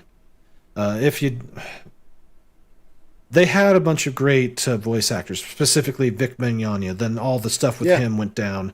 Right. And the way that the people there and a lot of them within that industry treated him, none of it could be corroborated. None of it turned out to be true. Or at least I don't believe it to be true based upon what is publicly known.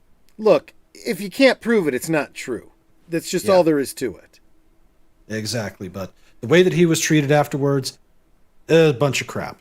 So, yeah, there are a few voice actors that do work on this show that have an overinflated ego and need to have a sateen shoved up their backside. I get it. But I would say yes, I do like the dub. That's how I first watched this. So if I've seen it in the dub first, that's typically how I prefer it because I recognize the voices better. Whereas in the Japanese, since I don't speak it, it's a little harder for me, at least with this one, to try to get into it. But I would say watch the first episode in Japanese, then watch the first episode dubbed, then go from there. Okay. No, that's actually really good advice. I'll have to look into that. I'm not a big linguist. I studied Spanish for 4 years. Tried auditing an Italian class when I got to college and had such a hard time. I was glad it was an audit because it would have killed my GPA. It was just similar enough to Spanish to confuse the heck out of me. And really didn't start appreciating other languages until I started studying Klingon, of all things. And so I now get how challenging it can be to translate something, you oftentimes can't translate literally. If there's any idioms, you've got to figure out what the intent of that idiom is and convey it. And I would have to imagine it's even harder when it's an animated feature, when you're trying to match a length, a speed of, of viewing. I see the same problem with music. The music, the tempo is very set, the melody is very set, so you have to figure out a way to convey the intent of the lyrics, but fit exactly the number of syllables and notes that you need to hit. It can be a huge challenge. Yeah, exactly. And let me give you an example with Japanese, just using the base Google Translate. And I actually did get recently. We went to dinner at an hibachi place, and the chef that came out and did the work, he's actually from Indonesia, but he speaks fluent Japanese. He can't read it very well, but he said he can speak it no problem. So when I did a translate of what would it be to say thank you, chef, it translates to shefu arigato. Arigato being thank you, but if I just say thank you, it's arigato zima shita. Or if you do thank you very much, it's domo arigato zimashita. Wow. Okay. It really, it's like German in a lot of respects, where you can have a root word, but if you start compounding it just a little bit, instead of it being broken off into separate words like how we do it, it just becomes one big gigantic monster. Yeah. Well, and that's why it also comes down to, like I said, idioms and culture. Yeah. What is it you're really trying to say? You may not be trying to say those exact words. And if you did translate those words exactly, it may not convey the flavor of meaning you want. When you when you want to say, thank you, chef, you are trying to show gratitude with a great deal of respect for his position. Is that even an appropriate thing to do in a Japanese culture? To specify that he's a chef and honor him for that and show gratitude for that. Some cultures, gratitude is looked at very differently, and what you show gratitude for might be very different in different cultures. So exactly, if you really want to honor somebody, you need to understand their culture too. I think for most fans of fandom, so to speak, know the Klingon thing is that there is no word that you say for hello and goodbye. They don't greet the same way. Exactly. The closest is nuknech. When someone comes up to you, you say, "What do you want?" And there's nothing rude about it. It's just they don't do the small speak. They just get right down to business, And when you're done talking, you just walk away. And there is no, and for most human cultures, it's like, wait, that seems really rude. No, it's not rude at all, Yeah. Or if you are the person walking up to somebody, you do the equivalent of hey, which actually the literal translation in Klingon would be listen to me. And then they'd turn to find out what you want, and you'd say what you need to say, and you go from there. Exactly. That's understanding culture. And I know enough about Japanese culture to know I don't know enough about Japanese culture. I don't. Yeah, I don't. I watch Let's Go Ask Shogo, your friend from Kyoto, who talks about different aspects of Japanese culture for American audiences thinking about traveling to Japan. And it, I'm learning a lot, but only this much. I would not be ready to go to Japan if I was going to visit. Like, and that's what partially where some of the do there. Right, exactly. Yeah, there are definitely things you don't do there that you could do here, vice versa.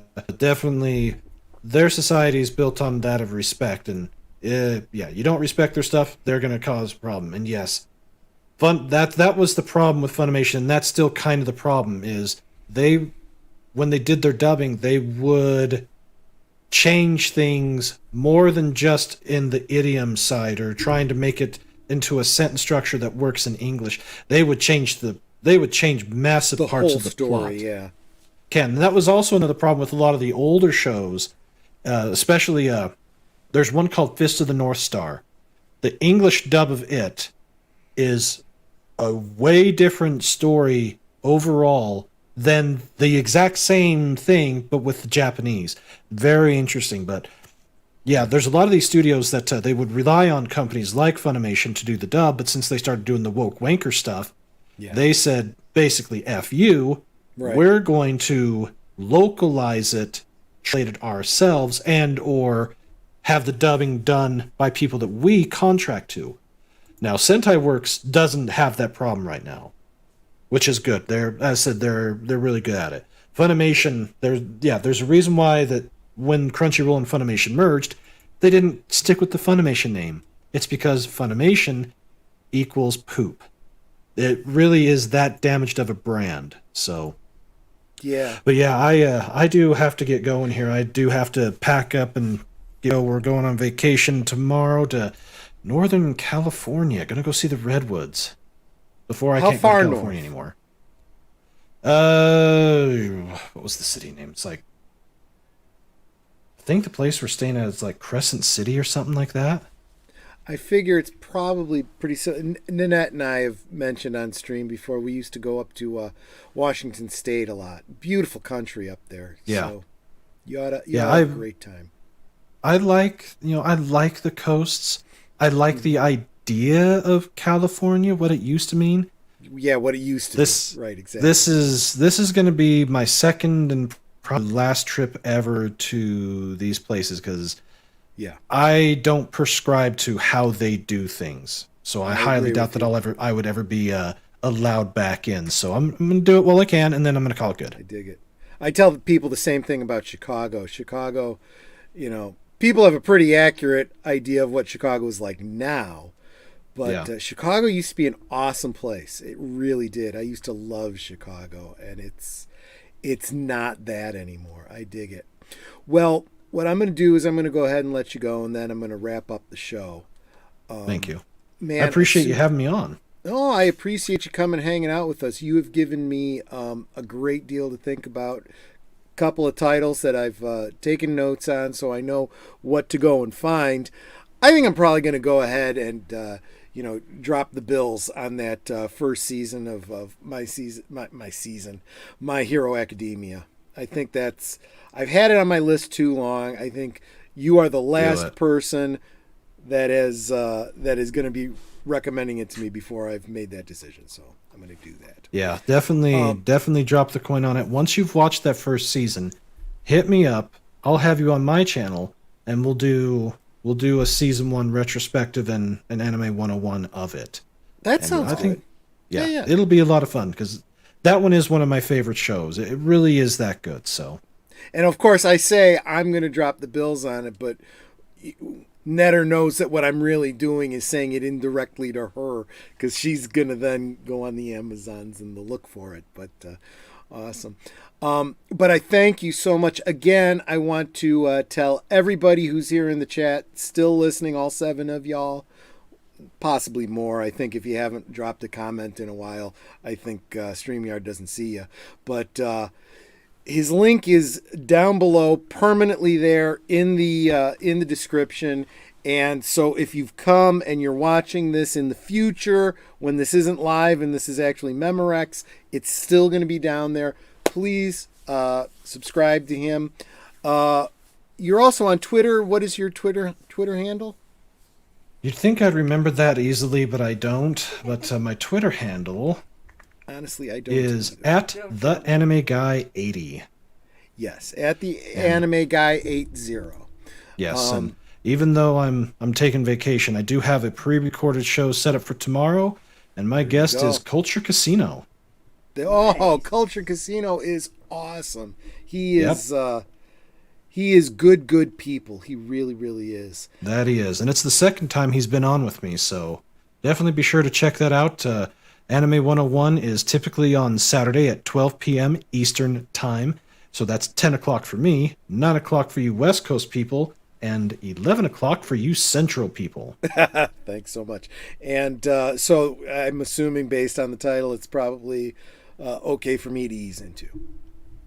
Yeah, Okay. you should. Well, yeah. Well, since it's October, for the format that I've done this month is a little different. We talked about 2 Western IPs in the horror-esque-ish type genre area that he absolutely loves and I absolutely dig. And then I gave him 2 anime recommendations that I know he hasn't seen. He's seen a lot of the older stuff, but not much of the newer.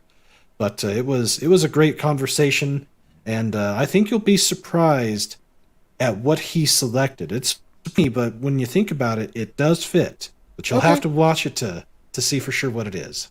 I'll have to check it out. Okay. Well, I thank you so much, Brandon the anime guy. And like I said, everyone subscribe. Thanks so much, my friend. You're welcome. Thank you so very much. And you all have a great night. Thank you so very much, Netter. Great to meet you. And Troy, it's always good to talk to you. And yeah, hit me up on Twitter anytime. If anyone out there listening down the pipe, if you have a question about something, hit me up. He's the guy. If I don't know it, I'm not afraid to say I don't know it, because I do. I'm like any good student. I do have senseis. And there are people that I know that know vastly more than me, but I still learn from them, and then I too become the master. As far as I'm concerned, Brandon the anime guy is my go-to for anime now, so he should be yours too. Thank you. I appreciate that. All right, everybody. You take care. We'll see you later. Take care. Have a safe trip. I will. Thank you. Take care. As for the rest of y'all, let's do our wind down as we start looking into what we are doing for the rest of the week. What are we doing? Well, you know what?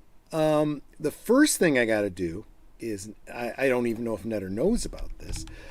Tomorrow evening, and now I'm not even certain what time. I want to say like 5 o'clock Central Time. Is that the second link that I have on my thingy? Reality based with Ryan Roger Athe. Yeah, you want to drop that one for me? Drop all the links. That link is Ryan's channel, because he hasn't created the actual show yet, but he's returning the favor. I had him on about a month ago or so after he had done a Rising Star for me, and now he wants me to be on his new live show, reality based. But it is early enough in the evening. Like I said, I want to say, you know what? Wait a minute. It's on my calendar. I got this computer thing that I use to keep track of stuff. I was right. It's 5 p.m. Central Time, so that's 6 for you folks on the right coast, and the rest of y'all can do the math. But you go subscribe to him, and you will see it posted when it goes up. So that's tomorrow evening. Tomorrow night, where are we going to be, Netter? We're going to be on Big Al Presents Films with Friends watching Grizzly. Apparently, it's about a really big bear. Yeah. He's described it as Jaws, but in the woods on land. And he makes a great point. The whole shtick behind Jaws was, you'll be afraid to go in the water. Well, Grizzly can get just about anywhere. Yeah, he's in the woods, but he can come right into your house too. So, but Matthew Flynn, I guess, has actually seen this film. He says the bear looks really, really fake. I'm imagining this is probably going to be like a brown version of the Wampa from Empire Strikes Back. We'll see. But then, as I had alluded to at the top of the show, tomorrow night, Geeky Geezers. It's going to be another. Oh, yeah, I'm sorry. Sunday. Yeah. Sunday is going to be another Pacelli edition of Geeky Geezers. You're going to notice that when Netter and I are doing the Geeky Geezers, there's going to be less less topics, because you're only getting half the number of topics that Boomer and I together would be coming up with. So I'm just talking about like four topics, and it might even be a short show. But got a lot of positive feedback on me and Netter hosting last week. So, we're going to give it another try and see how it goes. Because we kind of have to. Boomer's not back yet. So that is Sunday. Monday, I now understand that Soundtracks with Birdman, he's, I guess, doing... I'm sorry, I did get these out of order, so you got to skip over one. Soundtracks with Birdman. He's got a show on Mondays called The Batman Show. See, I'm prepping these. My apologies, I did get them out of order. This is favorite John Barry scores he's going to be talking about on Monday. And this is actually a link directly to the stream. But on Tuesday, we're going to drop the link to Mr. Matchstick's channel, but we are not sure if the show is going to be happening this week. Again, we've been pushing off our discussion of Legion of the Superheroes Season 2, specifically because we've been trying to hold out for Aged Boomer. If he's not available, I'm not sure if we're going to go or not. He's having a pretty rough go of it. But then that brings us back to Soundtracks with Birdman on Wednesday for War of the Worlds 1953 with special guest Big Al. That is just a link to his channel, so please subscribe because he has not yet put up his link for the Wednesday stream yet. Still don't know of anything going on Thursday, which brings us around to next Friday, which I think I already mentioned earlier in the stream, where my special guest will be, and I see him still in the chat, Matthew Flynn, the Gladiator of Chaon, where we will probably talk about some of the same topics we talked about tonight, and I'm sure we will talk about Transformers, and we will talk about his channel and how you should be subscribed to him, because if not for no other reason, he oftentimes has a good-looking, bald, fedora-wearing guest from time to time. That is, if you want to see more of this ugly mug.